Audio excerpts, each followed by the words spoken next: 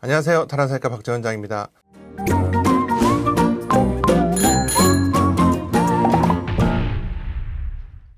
오늘은 많은 분들이 좀 생소하게 느끼실 수 있는 주제인데요. 모발 이식 수술에서의 인체공학에 관한 얘기입니다. 영어로는 ergonomics. ergonomics가 인체공학이라는 뜻이에요. 그래서 ergonomics in hair surgery입니다. 이제 ergonomics라고 하는 거를 그냥 그 사전적인 정의를 보면 인간의 신체적 인지적 특성을 고려해서 인간을 위해 사용되는 물체, 시스템, 또 환경의 디자인을 과학적인 방법으로 기존보다 사용하기 편하게 만드는 그런 응용 학문입니다. 특히 이제 의대 쪽에는 의공학이라는 또 학문도 있어요. Medical Engineering이라고 하는데요. 이거는 의학하고 공학을 합친 거죠. 그래서 의공학이거든요. 근데 의학과 공학 분야 간에 학문적으로 방법, 개념, 기술, 기기 등을 상호 교환 응용함으로써 두 분야의 조인을 통해서 학문 분야의 발전을 도모한다, 이런 거예요. 약간 비슷한 면이 있기는 한데요. 인체공학이 좀 더 수술이나 어떤 진료나 여러 가지 면에서 그 신체적 물리적인 어떤 피로도라든지 그런 거를 향상시키는 거에 조금 더 포커스를 두고 있는 것 같아요. 근데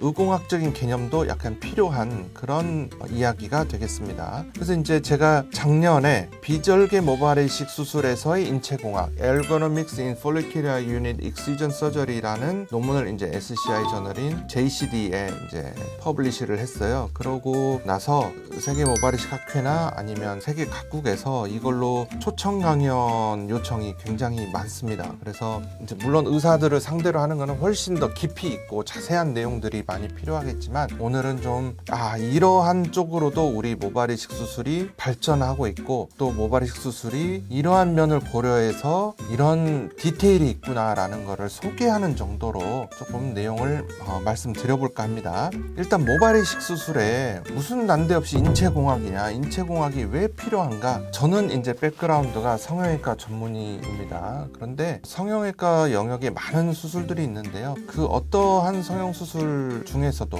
또 혹은 다른 외과 영역의 수술하고 비교해도 약간 극한의 좀 힘든 작업이에요.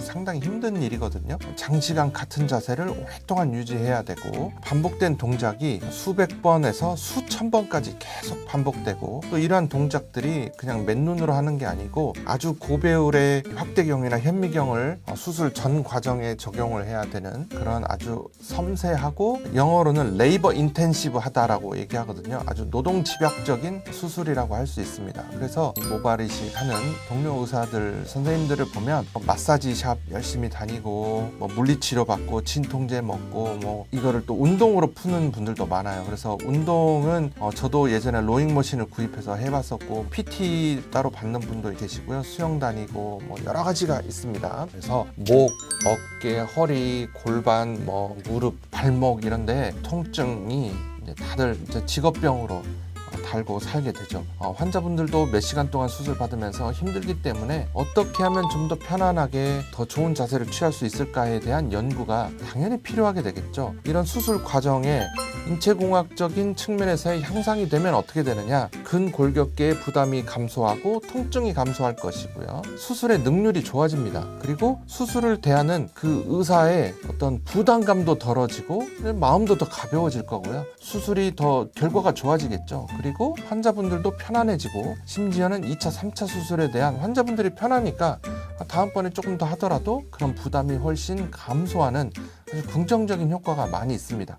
이 모발 이식 수술에서 인체공학의 달성 목표는 제가 간단하게 5가지, 더 효율적으로, 더 빠르게, 더 정확하게, 더 안정적으로, 더 편안하게, 이 5가지의 목표를 이루기 위해서 인체공학적으로 여러 가지를 개선시키고자 하는 노력을 하는 겁니다. 그래서 우리 의과대학에서 보면 해부학에서 가장 처음 배우는 게 아나토미컬 포지션, 그래서 해부학적인 자세를 배워요. 그래서 이렇게 편안하게 손바닥이 앞을 본 상태에서 이렇게 릴렉스된 자세를 취하게 되거든요.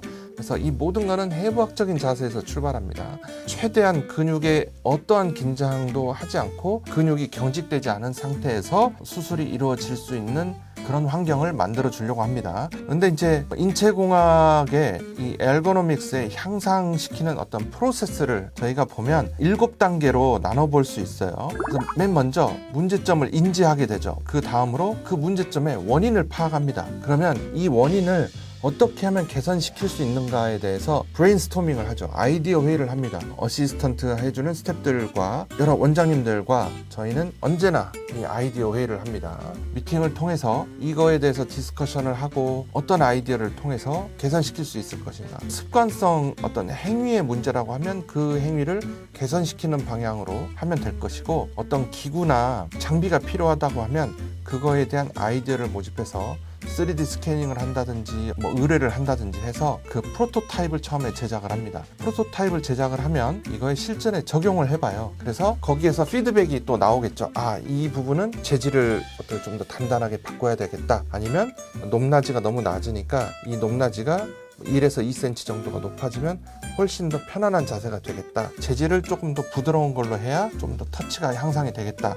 등등에 대해서 다양한 피드백을 받습니다. 그래서 다시 2차, 3차 이 과정을 다시 거칩니다. 그래서 프로토타입을 수정해서 다시 적용해보고 또 개선해서 적용해보고, 그래서 보통은 1차, 2차, 3차까지 개선을 하게 돼요. 그러고 나서 이제 최종적으로 이만하면 됐다 라고 생각이 되면 저희는 거기서 끝나는 것이 아니고 전 병원에 이거를 최종적으로 정해진 이 버전을 표준화해서 적용을 합니다.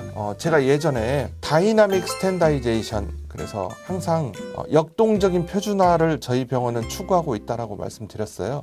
그래서 표준화되지 않은 수술은 실수가 일어나기 마련이고 예기치 않은 어떤 상황들이 왔을 때 대처 능력도 떨어집니다. 그리고 표준화되어 있어야 예기치 않은 어떤 상황이 생기거나 문제점이 생겼을 때 누구든 바로 알아채고 이거를 개선시킬 수 있거든요. 찾아낼 수 있는 것이죠. 그래서 저희는 어떤 문제가 개선이 되었다, 2차, 3차 개선 과정을 통해서 그러면 표준화된 프로토콜로 병원의 모든 수술 과정에 적용을 합니다. 그래서 전 수술, 누구가 수술하더라도 이게 상향 평준화되면서 표준화되어서 전체 수술이 다 같이 업그레이드 되는 방향으로 이렇게 갑니다. 그래서 문제점의 인지에서부터 표준화까지 7단계를 거쳐서 가게 되는데요. 이거를 한번 저희가 실제 사례를 가지고 저희가 어떻게 연구를 하고 이런 연구까지도 하고 있구나 라는 거를 보면 좀 믿음이 가실 거예요. 우리가 이 비절개 수술을 할 때요, 발로 밟는 발판 이미지가 있어요. 이 발판을 밟아야 스위치가 작동이 돼야 펀치가